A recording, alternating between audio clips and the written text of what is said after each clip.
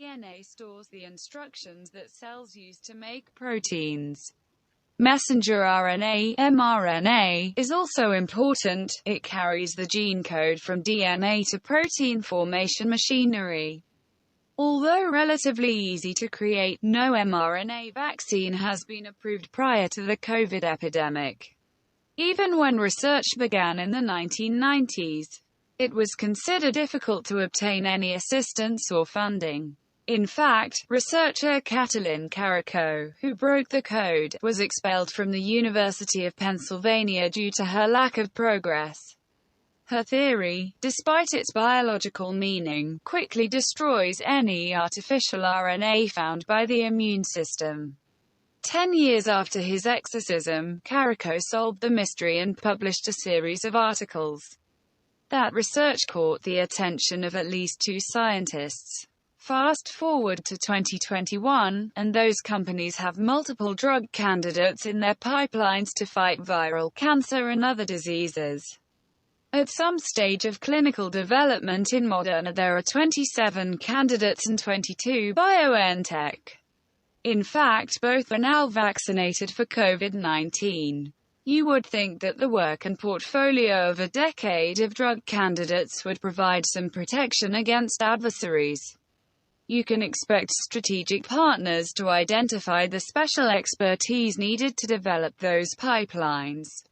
If you do, Pfizer CEO Albert Bourla will think you're wrong. Bourla recently discussed his company's experience as a partner at BioNTech in Comirnaty, their combined COVID-19 vaccine. He said he has given his company a decade of experience over the past year. Pfizer is now a leading mRNA company and he does not want to lose its advantage.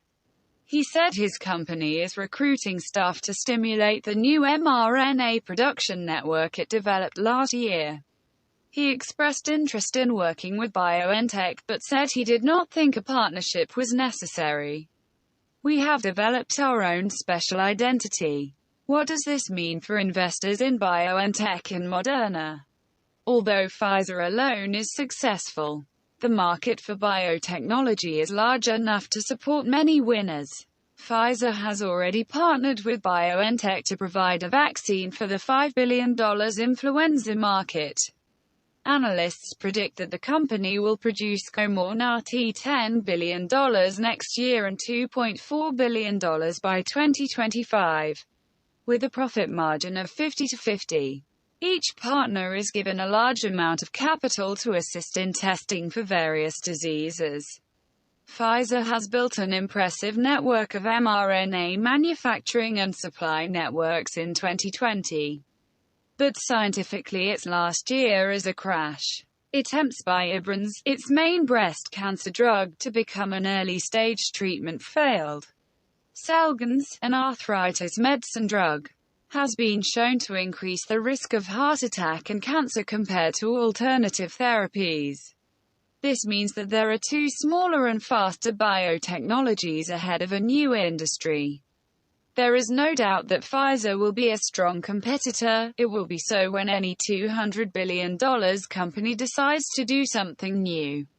However, it is a modern pharmaceutical giant with a large amount of money, but a recent record. It is trying to translate, but there is not much evidence yet. For shareholders of Moderna and BioNTech, Pfizer's claim confirms how big the opportunity should be.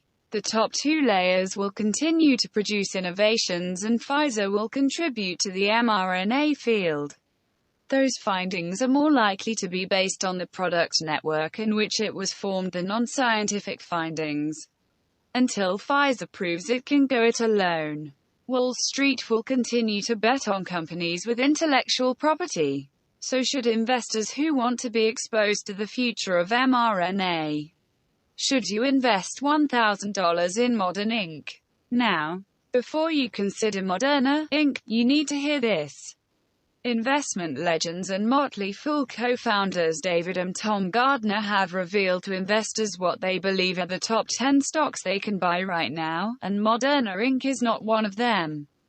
Motley Fool Stock Advisor, an online investment service they have run for nearly 2 decades, has surpassed 4 in the stock market.